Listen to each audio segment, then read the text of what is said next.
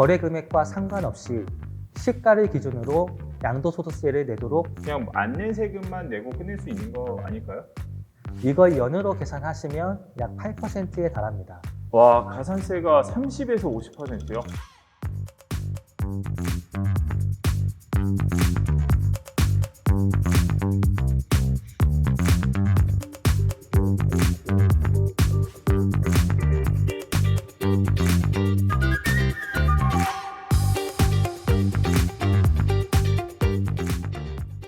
안녕하세요. 대표님들의 세금 고민을 해결해드리는 채널 회내시의 이준석입니다. 안녕하세요. 이정현 세무사입니다. 자, 세무사님, 오늘은 세법상 특수관계자에 관해서 말씀을 해주신다고 들었어요. 네, 맞습니다. 특수관계자 딱 들어도 뭐 임원이나 가족 뭐 이 정도로 알고 있으면 되는 거 아닌가요? 이 주제를 왜 중요하다고 생각을 해서 선정을 하셨는지요? 제가 문제 하나 내보겠습니다. A 대표님이 5억에 취득한 부동산이 현재 10억이 됐어요. 그런데 이걸 자녀한테 7억 원에 넘겨줬다고 했을 때 양도소득세와 증여세가 어떻게 나올 것 같으세요? 네, 세무사님, 제가 세네시에서 출연한 영상이 몇 개인데 저를 너무 얕보신 거 아닌가요? 10억, 7억 이거 딱 봐도 저가양도에 관련된 얘기 같은데요? 과장님 생각보다 공부 많이 하셨는데요. 네. 그럼 정답을 말씀해 주세요. 부모자식 간에도 시가보다 30% 혹은 3억 이상 차이가 나지 않으면 증여세가 안 나오니까 7억에 매입하신 자녀분은 증여세가 없고 대표님은 5억에 사셔서 7억에 판매하셨으니까 2억에 대해서만 양도소득세를 낸다. 이게 맞죠? 진짜 공부 많이 하셨는데요. 네. 하지만 일부는 맞고 일부는 틀렸습니다. 지금 과장님의 답변이 어느 정도 세무 공부를 하신 대표님의 답변과 정확하게 일치합니다. 제가 생각하기엔 분명히 맞을 것 같은데 도대체 어떤 부분이 틀린 건가요? 과장님이 말씀하신 대로 증여세는 발생하지 않습니다. 하지만 7억에 판매했더라도 시가인 10억을 기준으로 양도소득세를 추가 납부하셔야 합니다. 특수관계인이라는 말을 대표님들도 많이 들어보셨을 텐데요. 세법에서는 특수관계인의 범위를 세목별로 조금 다르게 지정함으로써 그에 따른 세금 부과 방식의 차이를 두고 있습니다. 오늘은 그중 현실적으로 자주 접하는 양도세와 증여세에 대한 핵심만 모아 쉽게 설명드리겠습니다. 먼저 양도와 관련된 소득세법에 대해 말씀드리겠습니다. 소득세법상 특수관계인의 범위는 간단히 말해 친족관계라 이해하시면 됩니다. 6촌 이내 혈족과 4촌 이내 인척이 해당이 되는데요. 특수관계자와 거래를 할 때 거래 금액을 시가 대비 3억 이상 혹은 5% 이상 차이가 나는 금액으로 거래를 한다면 거래 금액과 상관없이 시가를 기준으로 양도소득세를 내도록 하고 있습니다. 반면에 증여와 관련된 상증세법에서는 특수관계인의 범위를 친족을 포함하여 경제적, 경영적 연관관계가 있는 사람까지 범위를 확장하고 있습니다. 즉, 기업의 임직원이나 지분율 30% 이상 가지고 있는 주주와 임직원도 특수관계인에 포함됩니다. 해당 인원과의 거래를 할 때 시가 기준 3억 이상 혹은 30% 이상 차이 나는 금액으로 거래를 한다면 그 차익만큼 증여세를 내야 합니다. 아까 문제로 돌아가 보겠습니다. A 대표님이 시가 10억 원의 주택을 자녀에게 7억에 넘겼으니 상증세법 상으로는 3억을 넘는 차이도 10억의 30%인 3억을 넘어가는 차이도 발생하지 않았기 때문에 증여세는 발생하지 않습니다. 하지만 양도세 계산은 다르죠. 3억 이상의 차이는 나지 않지만 10억의 5%인 5천만 원을 넘어가는 저가로 거래를 했기 때문에 7억으로 거래를 했더라도 10억을 기준으로 보고 취득가액인 5억가의 차익만큼 즉 5억 원에 대해 양도소득세가 과세된다는 겁니다.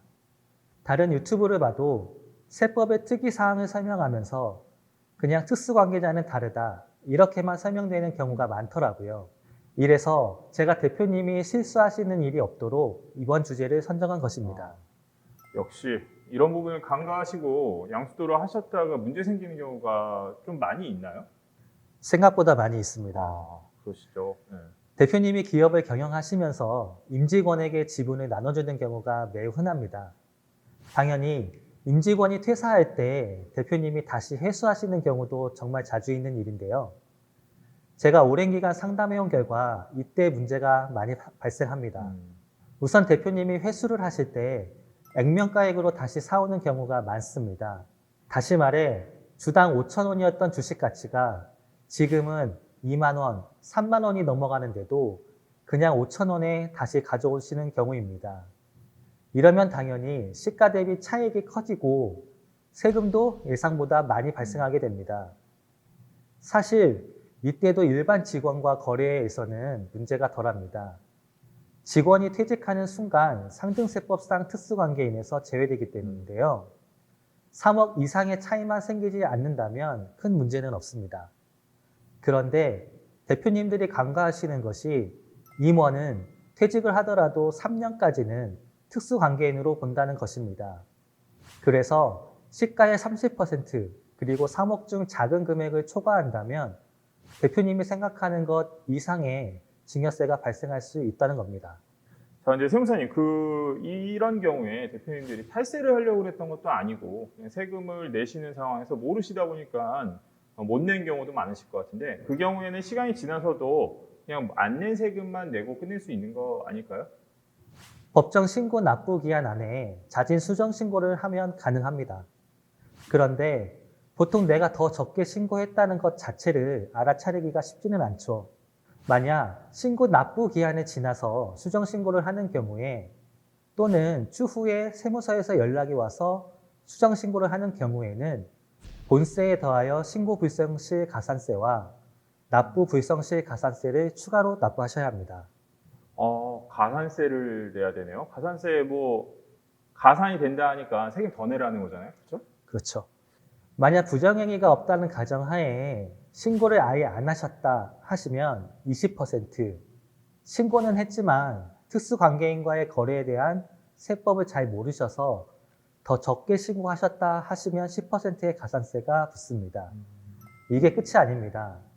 법정 신고 기한의 다음 날부터 납부일까지의 기간 동안 하루에 10,000분의 2.1을 곱한 금액만큼 가산세가 추가로 부과가 되는데요.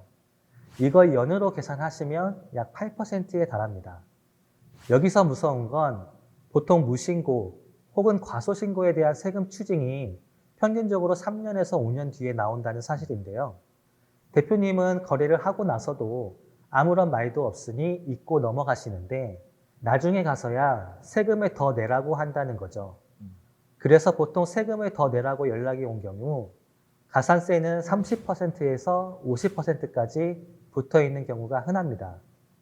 다행히 세무서에서 연락이 오기 전에 수정 신고를 빠른 시간 내에 한다면 가산세를 감면받을 수 있는 방법들이 있으니 최근에 특수관계인과의 거래가 있다 하시는 시청자님은 꼭 다시 한번 확인해 보시기 바랍니다. 와, 가산세가 30에서 50%요? 그 정도일 줄은 정말 생각도 못했어요. 좀 무섭네요. 자, 오늘 영상 보신 분들은 이 가산세 아끼실 수 있으시니까 돈 아끼셨다고 보셔도 좀 무방하겠네요. 네, 맞습니다.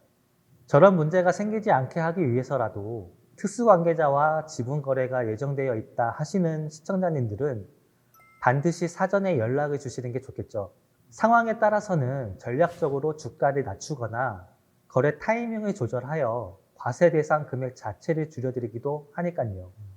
그런데 과장님, 혹시 그거 아시나요? 가끔은 차라리 저가 양수도를 하면서 증여세를 추가로 납부하는 게 나은 상황도 있다는 거 말입니다. 특수관계자 거래 관련해서 그래서 이번 영상을 통해서 많은 내용들을 저희가 알게 됐다고 생각했는데 또 그게 아닌 케이스도 있다는 말씀이시잖아요. 네, 그렇습니다.